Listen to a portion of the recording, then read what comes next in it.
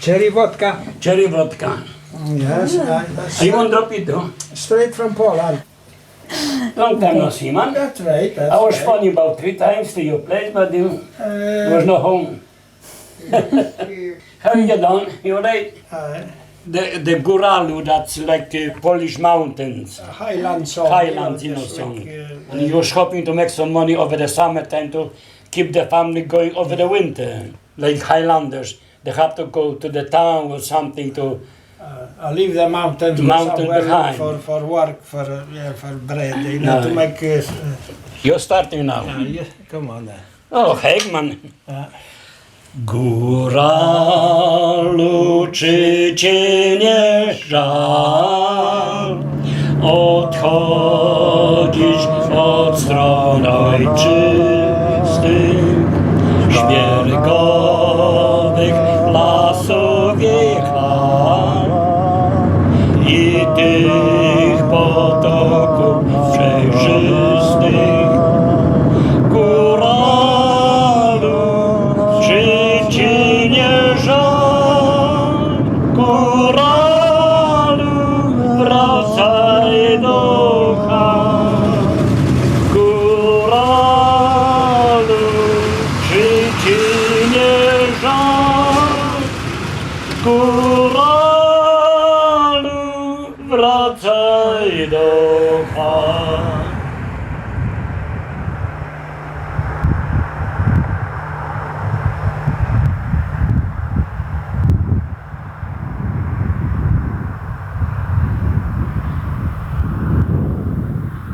There's actually a few things that I remember being significantly different to other families around me.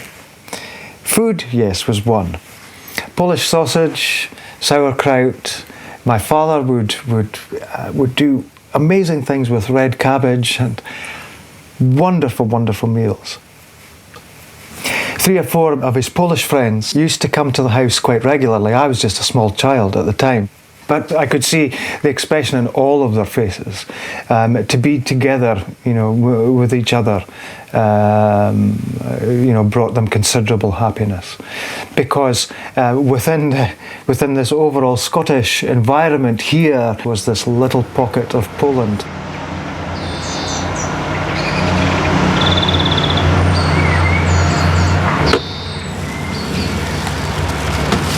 Top of the morning. Nice day after all that rain and... Hej tam pod lasem, Coś błyszczy z dala, banda cyganów, going with a brush. Young man, he's only 21. Sweet 16, never been kissed. You heard that story before. Well, I came from Poland. Came here in 1948. My name Władek Majewski for the short. I left home 1943.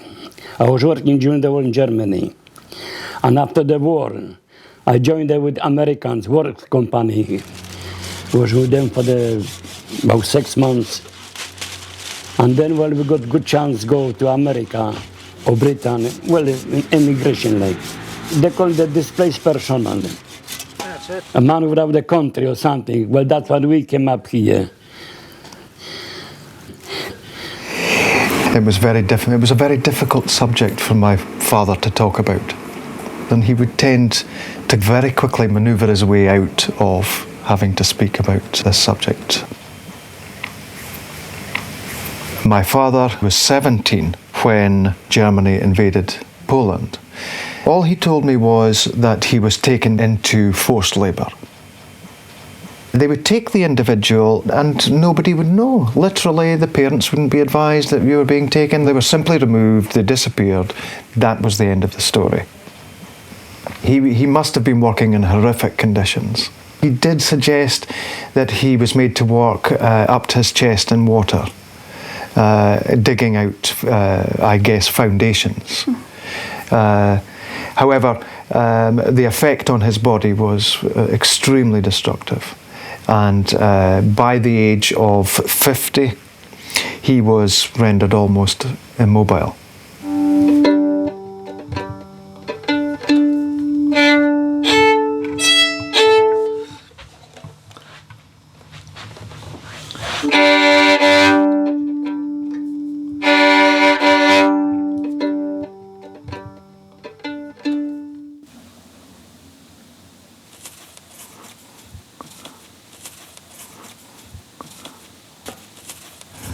I was the youngest of 10 in a family, and I was born in France in 1923 of Polish parents.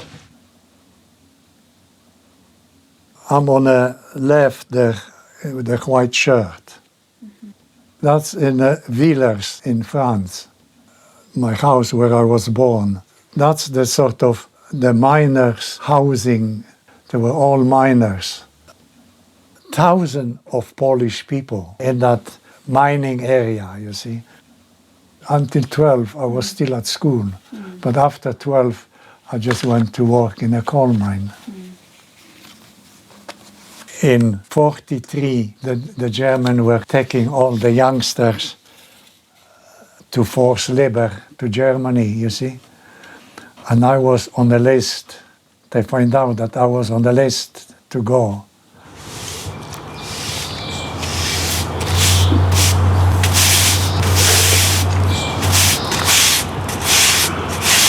Anything, Joe, now? Is that good enough? Oh, he's not hearing you, cracky. Hey, Joe! What do you think that bush will do like that, though? What? Is that laddu? Well, if you like, you can lift it. Give it. For that to work for the Germans. If you don't do what they tell you, just and you're shot. And how old were you when that happened? I was only about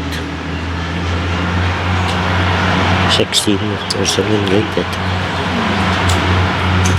Joe, laddu now? Mr. Zabinski. Abdu. Is that better? That's better. Look at that. Yabadamadu. That's my two brothers that sort of smuggled me up. Janek, and on the other side is Joseph. They were in an underground movement, sort of, you know. So they said, we'll send you to England. It was so quick and I was so frightened. I remember being on a boat and taken by a big boat there and got to Tilbury in London, and from Tilbury they put us on a train to go to Perth. And when I got there, the Polish army were starting the 25th Battalion in Bridgewalan, and I was sent to Bridgewalan.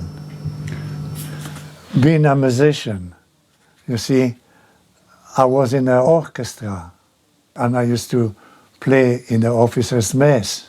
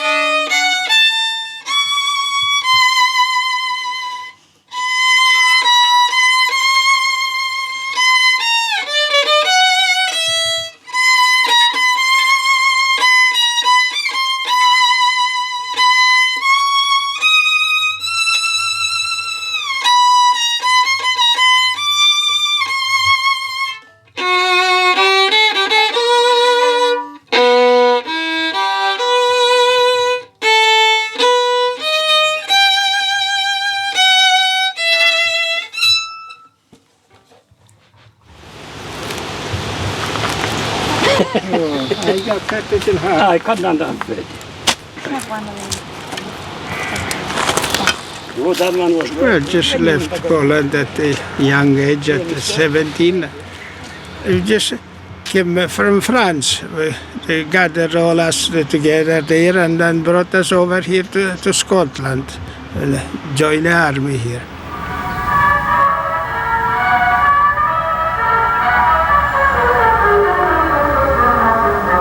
My father was taken back to Polmont near Edinburgh, where he was then merged into the Polish army. He was given 3 weeks sort of basic training, and then the Polish units were returned to the front. And he said they fought like dogs, because now was their chance to fight. The Battle for Monte Cassino is a good example, where despite the heavy bombing by the American Air Force, despite the crack British and American troops being sent forward to take the hilltop, at the end of the day it fell to the Poles to take, and take it they did. It is a great day in the history of Poland. Poland fights side by side with her great allies for freedom and democracy. These men truly believed that they were fighting to free their country. No one could have foreseen what was to happen to Poland post-war. I was in Italy, in Monte Cassino. I was always in a communication. I've been wounded 8 times. Now, no lies, everything truth.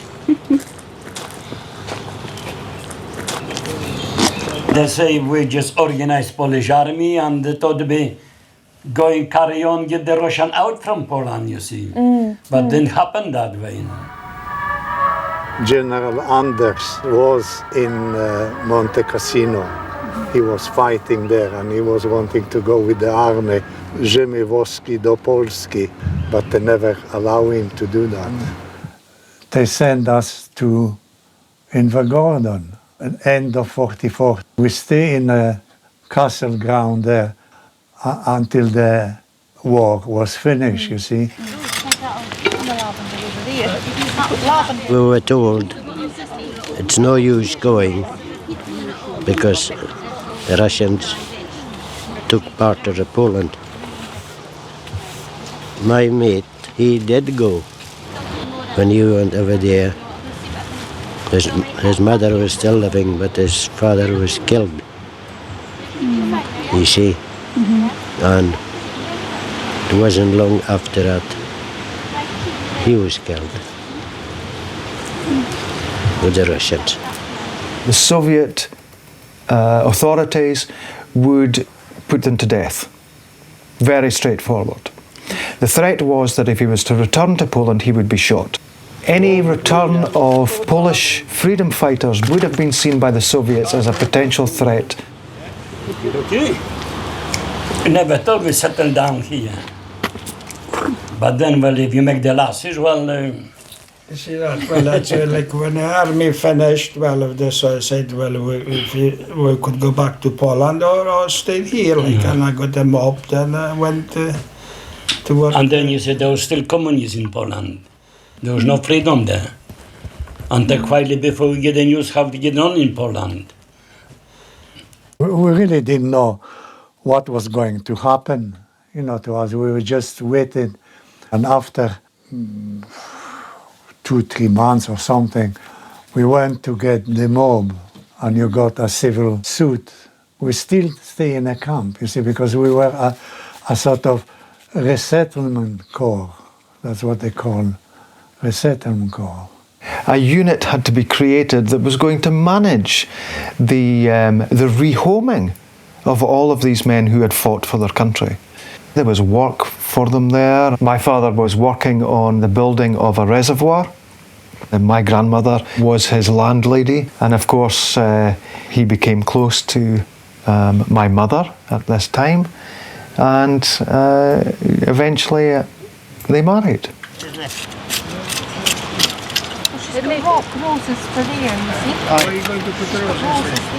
Well, we just settled down here.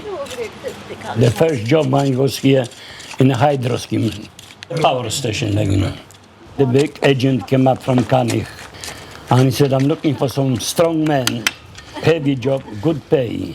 Have you got a cherry picker handy to stretch me up later? And when there was 50 of us stupid and strong men volunteer. We thought that was easy job, good pay, but it was bloody danger job. The blasting, you see, we drilled so many holes. And then you see you got the dynamite or the jelly. And then just wire them together and you went a few yards from the face. Put your fingers in your ears and boom. And I forgot. That's why I'm there. That is that she's getting deaf now. Sometimes makes you wonder how the hell you survived so Yeah, long. but that's a fact. I mean, wondering Oh, that that was- they were still alive. Bum bum bum, ba da da da da bum bum bum, ba da da da ba bum bum bum, ba da da da ba ba ba ba ba ba ba ba ba. We play all the Glenn Miller arrangement, you see, with the saxophone and the trumpet. That was the sort of, you know, where they were jitterbugging. It was announced there was a dance by the Polish army. The girls used to come in from all over the place to dance there, and we just play.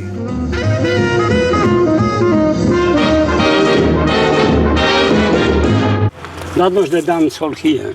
Yes, quite a big dance hall. Very popular, the dances here. But the Polish band was like this. I had a girlfriend. There was no well. dances anywhere else, so we just came here.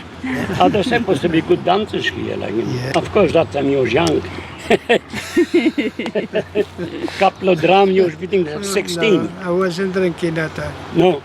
Oh, innocent more. Same like me, I was not smoking, no drinking, no going with women either. My mother has told me that my father was a very dashing, well-mannered individual, totally different to all of the other young men in the area.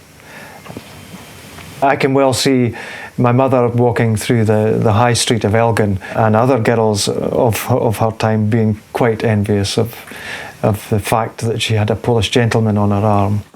That's me. Then there's Margie, the minister who married us, and this is Konrad, the saxophone player. He was the best man. See, the first civilian job was in the Highland News as a bookbinder.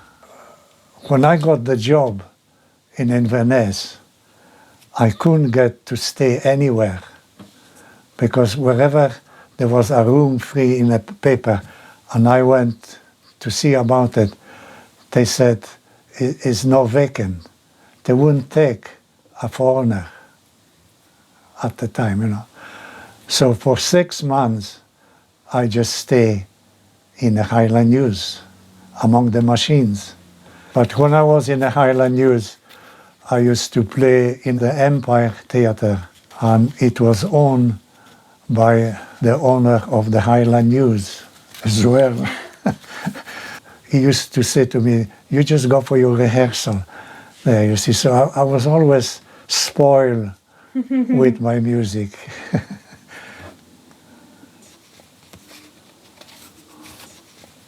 The thing is, I was never in the front. Although I was a soldier, I never fired a gun. So I don't know if I was a hero or not.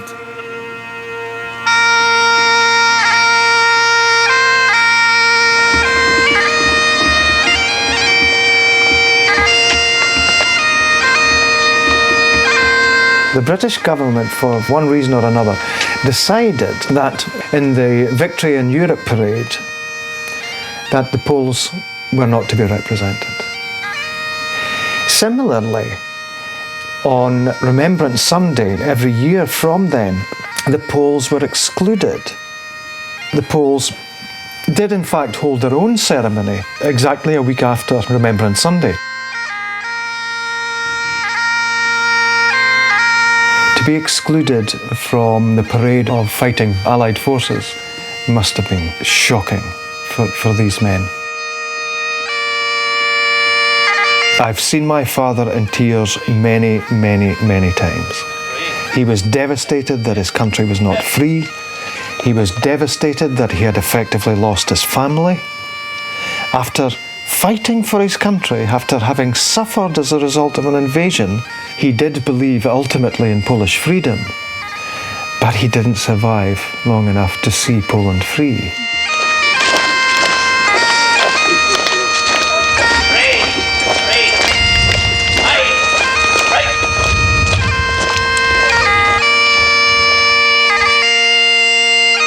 We used to was about 30 of us, or 40, and now there's only 3. 2.25. Or 2.25. You get lazy. You better leave something for next year. But now there's more people coming here for the Remembrance Day, didn't it? Well, I would say last 2-3 years I've been. And there's more foreigners here now in Invergordon, you see. The young generation now, they're coming here. So there's future yet for Invergordon, or for the Polish monument.